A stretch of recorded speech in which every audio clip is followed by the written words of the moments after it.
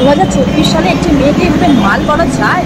বিধর্মী হয়ে আমার ধর্মের একজন মহিলাকে মাতৃশক্তিকে মাল বলে গণ্য করা হয়েছে, তার আমি তীব্র নিন্দা করছি। সাধারণ মানুষকে বলবো, আপনারা গর্জে উঠুন এবং ফিরাদ হাকিমের বিরুদ্ধে আপনারা তাকে ক্ষমা চাইতে বাধ্য করুন। আমাদের রাজ্যের শাসক দল যেন এই শব্দের বিরুদ্ধে গিয়ে মন্তব্যকারীকে ক্ষমা চাইতে বাধ্য করে।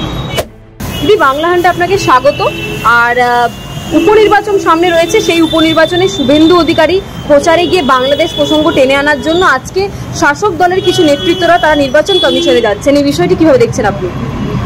দেখো, নির্বাচন কমিশনে তারা যেতেই পারে, তারা শাসক দল ক্ষমতায় রয়েছে এবং বিরোধী দলনেতা শুভেন্দু অধিকারী পশ্চিমবঙ্গে একজন বিজেপির মুখ্য মুখ হিসেবে যিনি কাজ করছেন, সেক্ষেত্রে তাদেরও যেতেই পারে।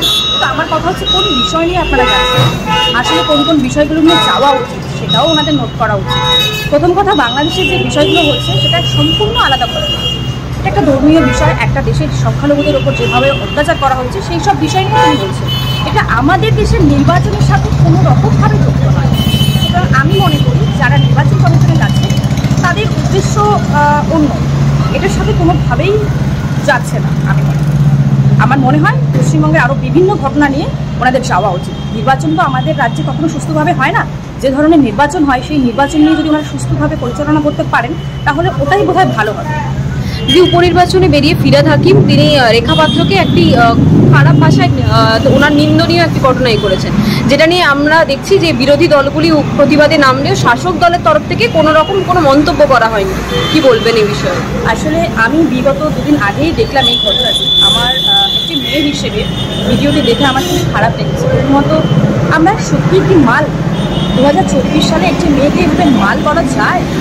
বিশেষ করে আমাদের ধর্মে। আসলে ফিরাদ হাকিম উনি একজন বিধর্মী মানুষ। আমি মনে করি, আমি জানি না তোমরা এই ভিডিও আপলোড করবে কিনা, তবু বলবো একজন বিধর্মী হয়ে আমার ধর্মের একজন মহিলাকে মাতৃশক্তিকে মাল বলে গণ্য করা হয়েছে, তার আমি তীব্র নিন্দা করছি।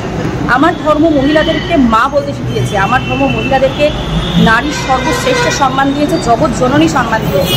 সেক্ষেত্রে একজন বিধর্মী মানুষ, আমি জানি না ওনাদের মাদ্রাসায় বা ওনাদের ধর্মীয় স্থানে নারীদেরকে সেই সম্মান দেওয়া হয়।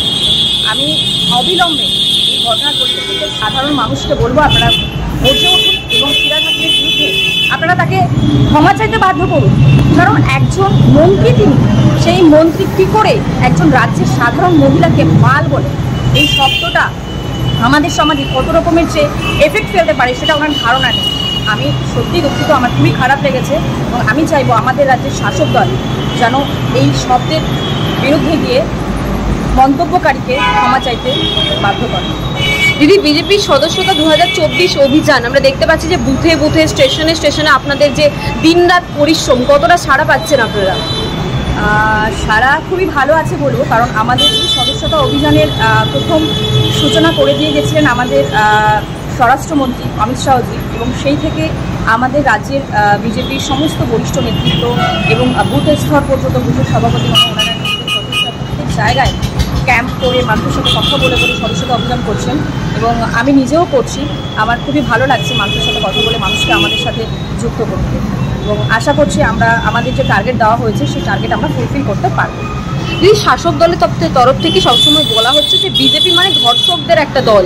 আপনি একজন বিজেপির মহিলা যুবনেত্রী, যুব মোর্চার নেত্রী, কি বলবেন এই বিষয়টি নিয়ে? সত্যিই কি ধর্ষকদের দল বিজেপি? এই শব্দটা বিজেপির ক্ষেত্রে নয়, আমি একটু উল্টে দিলাম। যদি ধর্ষকদের দল তৃণমূল বলি তাহলে বোধহয় এটা মানা যাবে, কেননা আমাদের রাজ্যে আজ পর্যন্ত যত ধর্ষণের ঘটনা ঘটেছে 2012 থেকে, আমার মনে হয় ম্যাক্সিমাম ঘটনাতে তৃণমূলের ছোটোখাটো বড় নেতারাই যুক্ত রয়েছে। সেক্ষেত্রে এটা আমাদের সাথে যায় না, এটা তাদের দিকে যায়। বাংলা হান্টের আরও খবর দেখতে নজর রাখুন। বাংলা খবর মানেই বাংলা হান্ট।